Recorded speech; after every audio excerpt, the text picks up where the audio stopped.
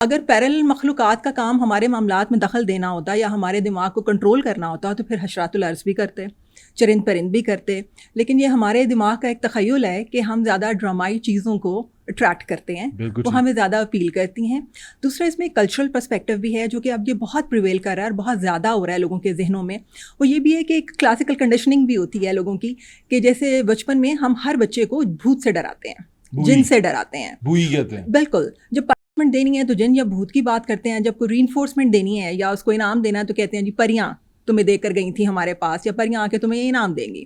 تو بچپن سے انسانی ذہن کی کنڈیشننگ جس چیز کے ساتھ کر دی جائے تو جب وہ تخیل میں جاتا ہے تو وہ ویسی ہی کہانیاں کریٹ کرتا ہے. پھر ایز بینگ ایڈلٹ ہمارا کچھ ایسا ایموشنل انوائرمنٹ اور کلچرل انوائرمنٹ ایسا ہے کہ ہم اپنی کوپنگ میکینزم پہ اتنا کام نہیں کر پاتے. کوپنگ میکینزم مطلب کہ جیسے ہمیں لائف میں کوئی پیچیدگی آئی یا کسی مشکل کا سامنا آیا تو اس کو کیسے فیس کرنا ہے.